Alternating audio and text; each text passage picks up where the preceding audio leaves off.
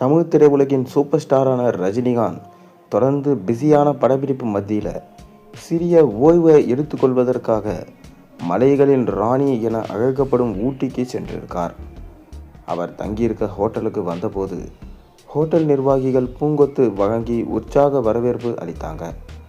ரஜினிகாந்தை நேரில் கண்ட ரசிகர்களும் மகிழ்ச்சியடைந்து அவருடன் புகைப்படம் எடுத்துக்கொண்டாங்க. ரஜினியோட நடிப்பில் கடந்த ஆண்டு லோகேஷ் கனகராஜ் இயக்கத்தில் ரஜினிகாந்த் நடிப்பில் உருவான கூலி திரைப்படம் வெளியாகி ரசிகர்களிடையே மாபெரும் வரவேற்பு பெற்றது. சத்யராஜ், நாகார்ஜுனா, உபேந்திரா, ஸ்ருதிஹாசன் உள்ளிட்ட முன்னணி நட்சத்திரங்கள் நடித்த இந்த படத்தில் வன்முறை காட்சிகள் அதிகமாக இருப்பதா விமர்சனம் எழுந்த போதும் வசூல் ரீதியாக சாதனை படைச்சது. கூலி படத்தின் வெற்றியை தொடர்ந்து நெல்சன் திலீப்குமார் இயக்கத்தில் சன் பிக்சர்ஸ் தயாரிக்கும் ஜெயிலர் 2 படத்தின் படப்பிடிப்பு விறுவிறுப்பாக நடந்து வருது. ரசிகர்களுடைய மிக பெரும் எதிர்பார்ப்பை ஏற்படுத்தியிருக்கும் இந்த ஜெயிலர் 2 திரைப்படம் இந்த ஆண்டு தீபாவளி அல்லது அடுத்த ஆண்டு பொங்கல் பண்டிகையை முன்னிட்டு திரைக்கு வரும் என எதிர்பார்க்கப்படுது.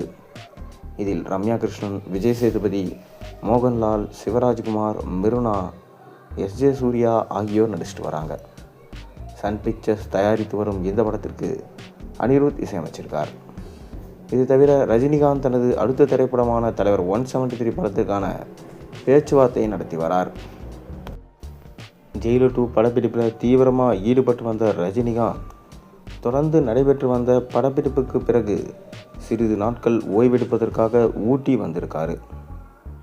இந்த ஓய்விற்கு பிறகு மீண்டும் தனது திரைப்பட பணிகளில் அவர் கவனம் செலுத்த இருக்கார். ரஜினிகாந்தை நேரில் கண்ட ரசிகர்களும் மகிழ்ச்சியடைந்து அவருடன் புகைப்படம் எடுத்து மகிழ்ந்தாங்க. ஊட்டியில் அவர் ஓய்வெடுக்கும் புகைப்படங்கள் மற்றும் வீடியோக்கள் தற்போது சமூக வலைத்தளங்களில் வைரலாகிட்டு ரசிகர்களை மகிழ்ச்சியடைய செஞ்சிருக்கு. மேலும் இந்த ஓய்வான நேரத்தில் தன்னுடைய பயோபிக் ரஜினியின் வரலாறு அதை எழுதி முடிப்பார் என நம்பப்படுது.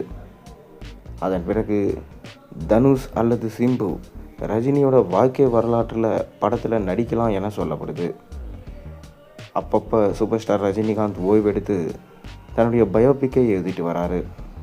தொடர்ந்து இப்போ பயோபிக்கை முடிக்கும் தருவாயில் இருக்கும் சூப்பர் ஸ்டார் ரஜினிகாந்த் ஊட்டியின் ஓய்வில் மன நிம்மதியோட பயோபிக்கை எழுதுவார் என சொல்லப்படுது. கிட்டத்தட்ட ரஜினியோடைய 74 ஆண்டு கால சரித்திரத்தில் அவருக்கு நிகழ்ந்த அனைத்து உண்மை நிகழ்வுகளையும் அச்சு மாறாமல் இந்த பயோபிக்கில் இருக்கும் என சொல்லப்படுது. பொறுத்திருந்து பார்ப்போம். நீங்கள் என்ன நினைக்கிறீங்க? உங்கள் கருத்துக்களை மறக்காமல் கீழே கமெண்டின் வாயிலாக தெரிவிங்க.